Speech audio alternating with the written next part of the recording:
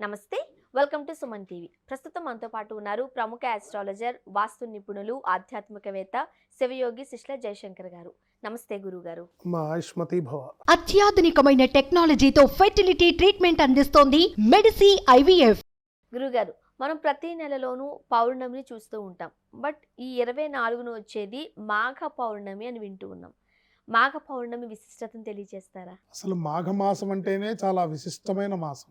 ప్రతిరోజు మంచి రోజే అంటారు. ప్రతిరోజు మంచి రోజే, ప్రతిరోజు పరమ పవిత్రమైన రోజు. ఎందుకంటే మాఘమాసం సూర్యుడికి విశేషం, గణపతికి విశేషం, ఏంటి అన్ని రకాల సర్వదేవతలకి, అమ్మవారికి విశేషం. అమ్మవారి రాజశ్యామల నవరాత్రులు అవుతాయి. ఏంటి ఇట్లా సర్వదేవతలకి ఇష్టమైన పరమ పవిత్రమైన మాసం ఈ మాఘమాసం. దీన్ని మహామాఘి అని కూడా అంటారు. మహామాఘి అంటారు. ఓకే. ఈ మహామాఘి అనేది అంటే నార్త్ ఇండియాలో మహామాఘికి పెద్ద పెద్ద ఉత్సవాలు చేస్తారు. ఒక పెద్ద పండుగలాగా ఆచరిస్తారు. చాలా పండుగ మహామాఘి అనేది చాలా పెద్ద పండుగ. నార్త్ సైడ్ ఏంటి, సౌత్ సైడ్ ఏంటి. ఇక్కడ సౌత్ ఇండియాలో విశేషంగా పూజా అనుష్ఠానము ఇవి ఉన్న వాళ్ళు బాగా ఎక్కువగా చేస్తారు. మామూలు వాళ్ళకు ఒకటే తెలుసు, మాఘ పౌర్ణమి.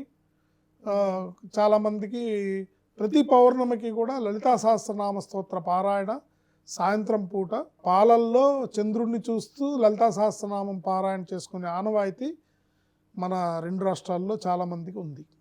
మాఘ పౌర్ణమి 23 శుక్రవారం నాడు మధ్యాహ్నం 3:35 మొదలై మరుసటి రోజు శనివారం నాడు మఖానక్షత్రంలో సాయంత్రం 6 వరకు ఉంది. అంటే 23వ తారీఖు నుండి స్టార్ట్ అవుతుంది. 23:35 నుంచి స్టార్ట్ అవుతుంది. సాయంత్రం పూట ఎవరైనా పూజలు చేసుకునే ఆనవాయితీ ఉన్న వాళ్ళు శుక్రవారం నాడు సాయంత్రం చేసుకోవాలి. అదే ఇప్పుడు ఆ గడియలు చాలా ఇంపార్టెంట్ కదా.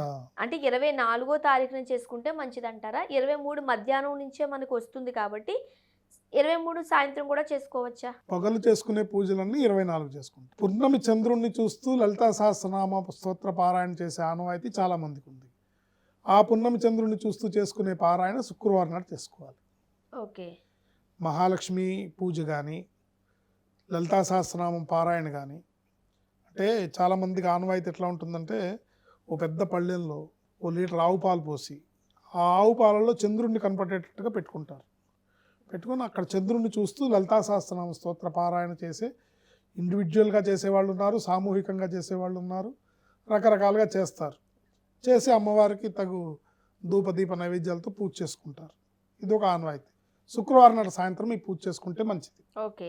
ఇక శనివారం నాడు మఖా నక్షత్రం నిండు పౌర్ణమి శనివారంతో కూడుకొని వచ్చింది కాబట్టి వెంకటేశ్వర స్వామిని ఆరాధించడం చాలా ఉత్తమం, చాలా విశేషమైన ఫలితాలను ఇస్తుంది.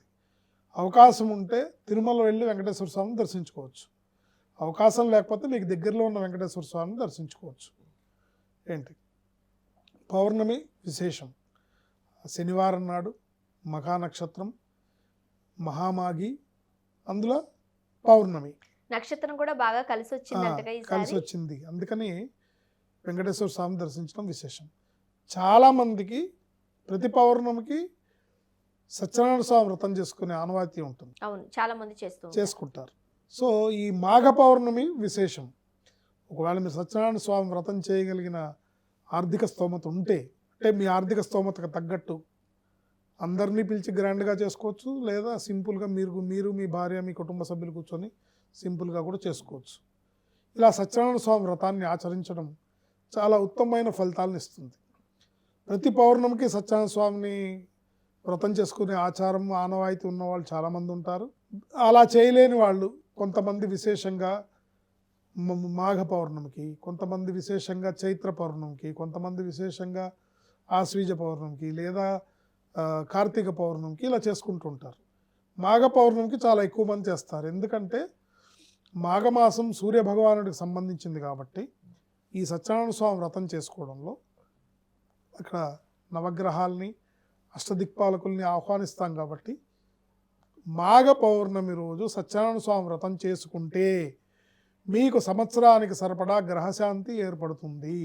మళ్ళీ గ్రహాల కోసం వేరే శాంతి పూజలు చేయాల్సిన ఏం అక్కర్లేదు. ఆ సత్యనారాయణ స్వామి అనుగ్రహంతో మీరు లోభించకుండా, అంటే మీ శక్తి కొలది, మీ దగ్గర డబ్బులు ఉన్నా కూడా ఇప్పుడు నేను ఖర్చు పెట్టలేను అన్నట్టు కాకుండా మీకు కనుక శ్రద్ధాభక్తులు ఉంటే కనుక మాఘ పౌర్ణమి రోజు సత్యనారాయణ స్వామి వ్రతాన్ని చేసుకోవడం అనేది మీకు సంవత్సర కాలం పాటు గ్రహశాంతిని ప్రసాదిస్తుంది అని చెప్పడంలో ఎటువంటి సందేహం లేదు. ఇది కూడా శనివారం చేసుకుంటే మంచిది కదా గురువు గారు? శనివారం కూడా కలిసి వచ్చింది. శనివారం నాడే చేసుకోవాలి. ఇది శనివారం సత్యనారాయణ స్వామి వ్రతం చేసుకున్నా, లేదా శనివారం పౌర్ణమి కాబట్టి శివుడికి కుబేర పాశుపత అభిషేకం చేసుకున్నా కూడా చాలా విశేషం. మనం దేవాలయంలో చేయించాలా ఇది? ఇంట్లో కూడా చేసుకోవచ్చు.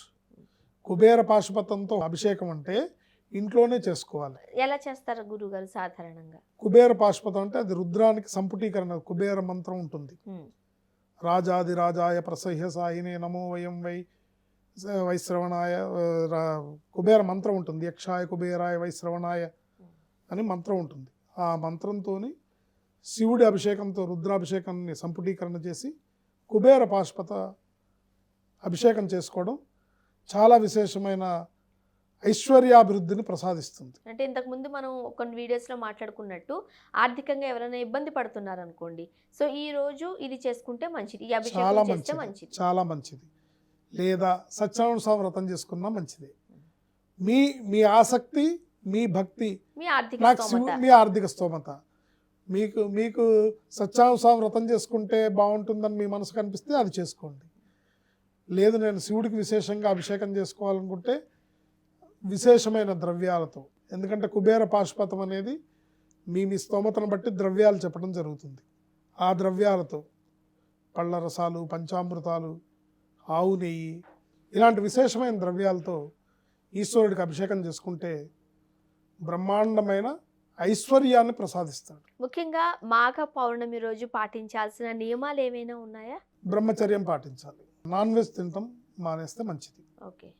ఆ రోజు ఇంకా ఉపవాసం ఉండి ఒక పూట భోజనం చేస్తే ఇంకా మంచిది.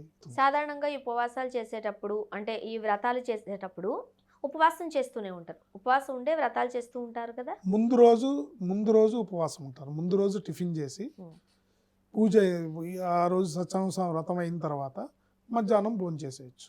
మళ్ళీ ఆ రాత్రికి టిఫిన్ చేస్తే సరిపోతుంది. సో ఈ పౌర్ణమికి బ్రహ్మచర్యము, ఆహారంలో ఈ నియమనిష్టలు చేసుకుంటే ఉత్తమమైన ఫలితాలు ఉంటాయి.